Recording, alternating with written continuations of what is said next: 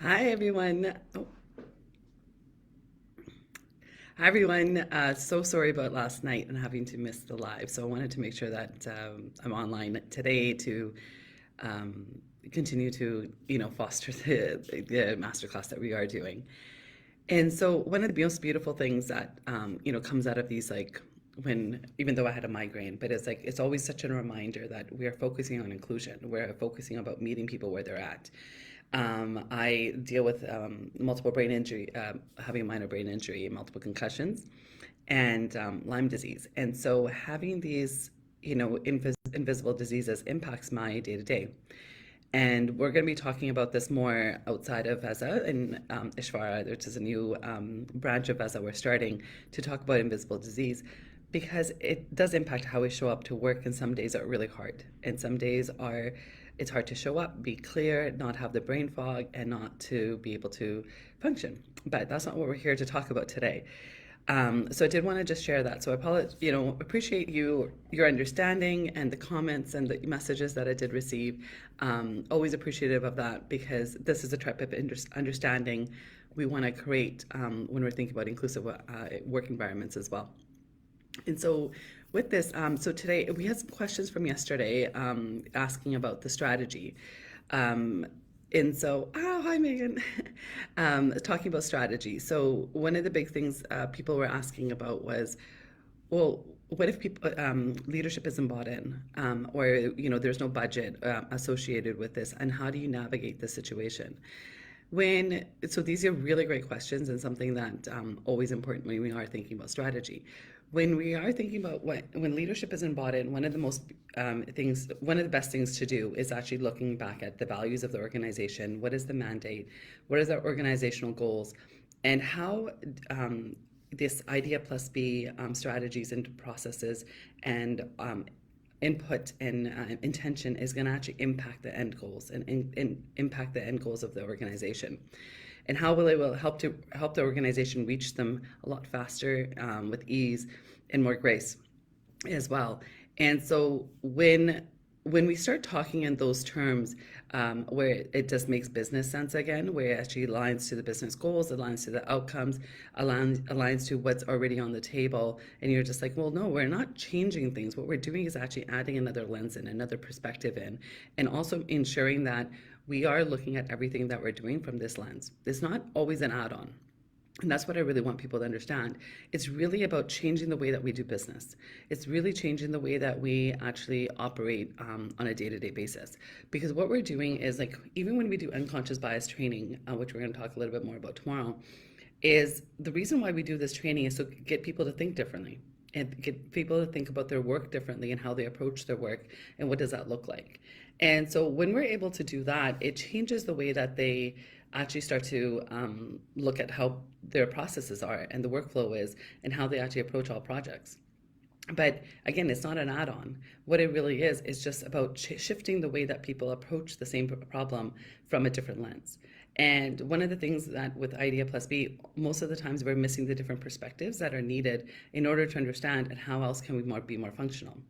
So if you think about a building being built, for example, and we don't actually look at accessibility, or we don't look at like just say you're in a country where everyone's really tall, but someone comes from a different country to build the building, but they don't take into consideration the height requirements within that country, or what this average height is. So they make the doors all made for a certain height, and so rather than for what's the height, average height in that country.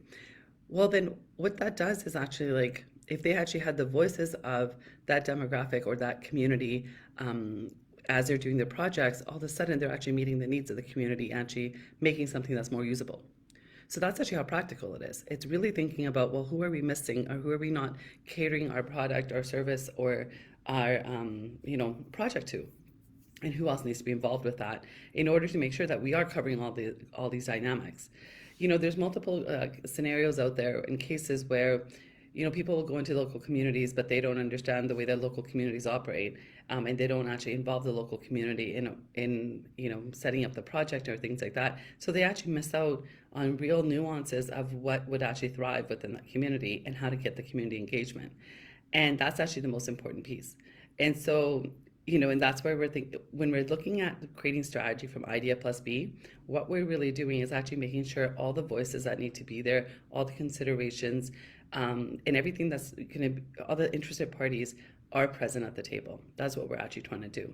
So when we actually put this towards management in that lens, it changes the conversation because what it does, it actually makes business sense. It optimizes the way that things are operating. It actually reduces risk.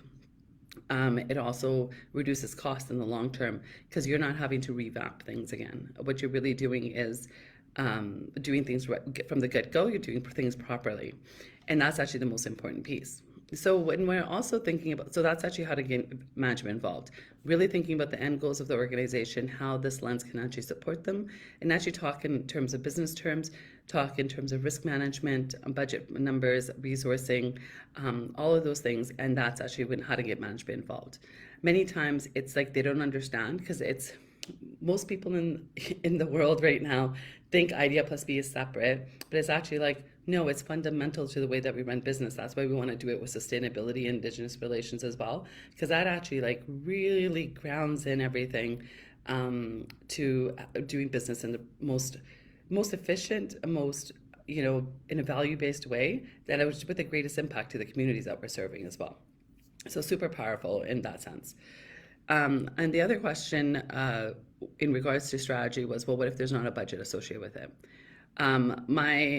There always has to be a budget for training. There has to be a budget for creating, hiring extra consultants who actually have the lens that we need, like look at, community advocates or people who understand the community, if we're actually consulting with the community, and other consultants who are bringing in cultural lenses, or whatever else there is. So the budget does need to be there, but it has to be, so the way to present that is actually look at it, well, again, you're doing it in terms of the business goals so that the budget is actually a way to reduce risk in the future. And it's a way to reduce resource allocations in the future as well.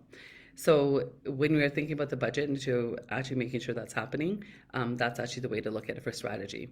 And then also when we're thinking about accommodations and occupational health and making sure that people with disabilities are getting the supports that they need within the workplace, or if we're changing the way bathrooms are made for like gender neutral bathrooms, or other resources and supports that are required for different groups. It's really like special programs, mentoring programs and those kind of things. I always suggest if the company doesn't have budgets right away, but at least plan for it for the next year. With accessibility, that's not an option. Like that has to be a part of the company's budget. It has to be allocated right away. There's funding available from usually different government bodies, and supports are available for people living with disabilities to help them get into the workplace. So there is supports already there, and so it's really important to kind of like thinking about how to utilize those supports as well. So that's where like to really think about the budget.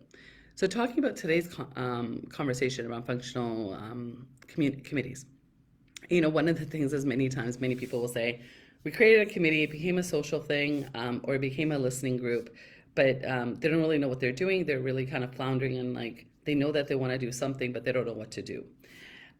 This is where we usually what I usually say about when we come into with organizations in this sense is when we're thinking about committees, it's really thinking about what is their mandate. I always think like give me the committee the roadmap for how the organization moves forward. After they've done the audit and the assessment, plug for Veza, you get a action plan, and then what the committee does is takes that action plan, acts as a task force, or a working group, and actually takes that action plan, prioritizes it in accordance to the organizational goals, and then the committee holds the organization accountable, in how they move forward and making sure that this plan is done. So in that way, it's not sitting in one department. All of the departments across the organization understand that they have they're meant to contribute to this as well, and they're all accountable for the measurement and the KPIs around making sure that IDEA+B gets implemented into the organization and becomes foundational. And what happens is when we have these committees that are cross-representative and from different departments, all of a sudden what really happens is that you're starting to get people to think differently in how they approach their work in each of their departments. So it really is truly getting integrated because you're constantly having these conversations. You have these champions who are coming in with the lens of the department, but also having the lens of IDEA+B. They're able to kind of be the communication back and forth on what needs to be prioritized and actually how to move things forward. So the people on the committee really need to think about, need to be in a place of like having a voice, being able to bring ideas forward both ways, and having the support in order to know and how to do that. And that's the most important thing. Many people make the mistake of saying, oh, only BIPOC needs to be on IDEA+B committees or only equity deserving groups. No, we need everyone on there. We actually never know by looking at someone what intersectionality they're bringing. So like to get away from the point of like, let's keep segregating people by labeling them. Let's get to the point of like, we know that people are really, we never know who people, like what people are bringing to the table, what perspective, what their challenges are. We don't actually know who's equity deserving. Yes, we visibly have few markers on who might be equity deserving based on archaic systems and colonial systems. But that doesn't mean actually when we start to look at people, we actually don't know who's LGBTQ2 plus, or we don't know someone who's living with invisible disease. Like there's so many nuances to this, or comes from a socioeconomic background that, from a lower socioeconomic background that might be influencing them as well. All of this is actually part of the intersectionality. So when we're thinking about who's benefiting from this, that's why the IDEA+B work is really looking at people as a human and actually how are they contributing and how are they thriving within the work environment. So when we start to think about it from that lens, all of a sudden you realize anyone can be on the committee who actually wants to bring their contribution and the perspective and their lens forward. And so and that's really important. But one of the most important things about who's on the committee is making sure that everyone has an equal voice. People have an equal voice. That is the most important thing. Because historically, certain people haven't had those voices, or they've been a part of communities that they didn't have that voice. And that's where we can actually equalize what happens there. And with that equal voice, they are being able to be supported, guided, coached on how to handle conversations, on how to move processes forward, and what that all looks like. And so super important from that lens and what that means.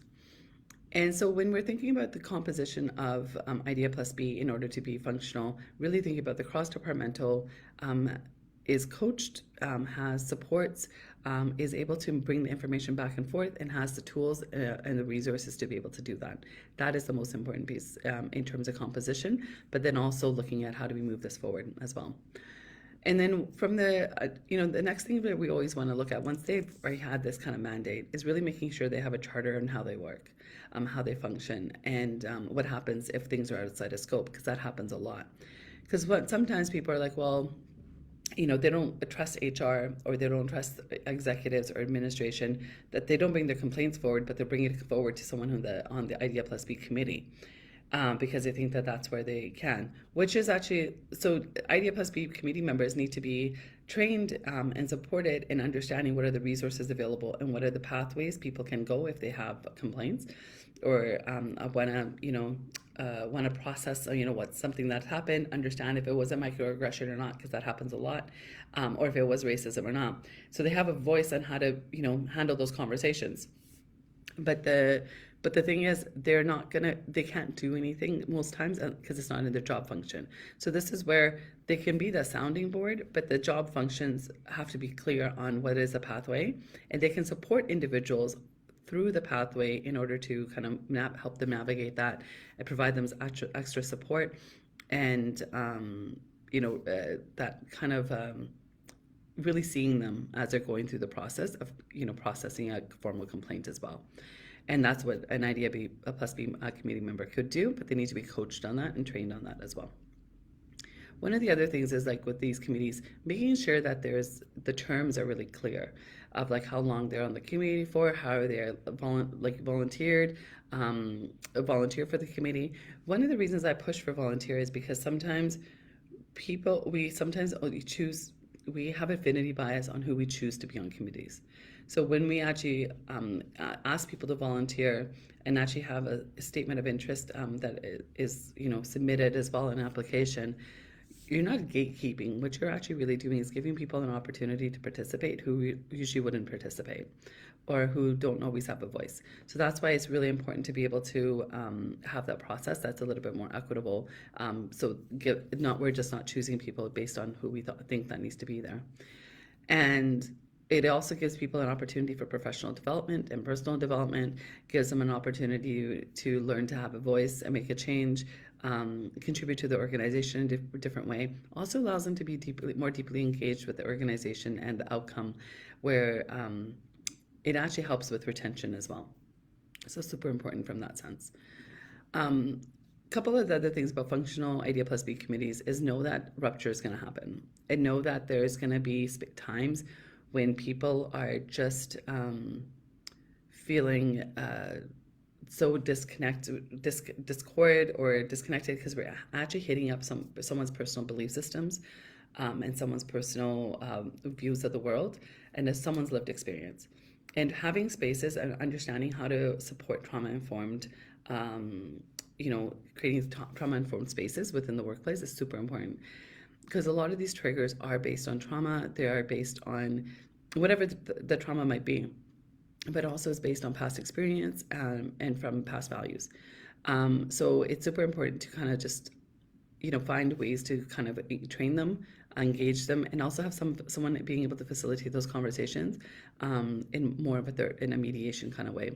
Because that's going to come up most likely because you're actually dealing with something that's really important to people, hits on their really core situation and core being, and we want to create a space where they can be themselves, but also we can create a space where we know how to support them or what supports they need, and how to navigate a conversation that might be there as well.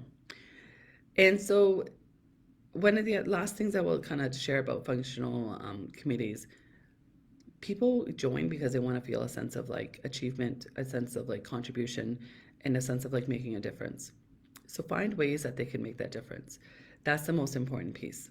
And everyone there is there because they care about something, they value something. Find out what they value about, why they're actually really there, and how can you contribute to enhancing their experience. And that will be the most important thing when you're going through this as well.